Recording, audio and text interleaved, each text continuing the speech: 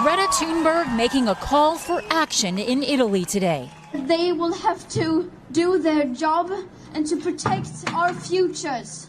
The 16-year-old taking little time to savor being named Time Magazine's youngest ever Person of the Year. President Trump, one of 5 finalists, bashing the decision, tweeting, "Greta must work on her anger management problem. Then go to a good old-fashioned movie with a friend. Chill, Greta, chill." Thunberg, who is on the autism spectrum, calling it her superpower, has been attacked by Mr. Trump before, responding by using the president's words in her own Twitter bio. A flood of support for her followed, including from Michelle Obama. Don't let anyone dim your light. Ignore the doubters and know that millions of people are cheering you on. Just last week, First Lady Melania Trump expressed outrage after her teenage son Barron was mentioned by name during impeachment hearings by a law professor. So while the president can name his son Barron, he can't make him a baron. Melania saying she should be ashamed. Overnight, Be Best, the name of the First Lady's campaign against bullying, trending. The White House telling CNN today the president and First Lady often communicate differently. Their son is not an activist who travels the globe. He's a 13-year-old who wants and deserves privacy. The latest in a feud between President Trump and a teenager.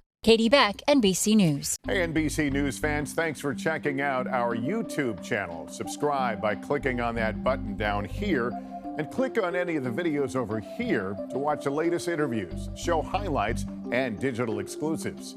Thanks for watching.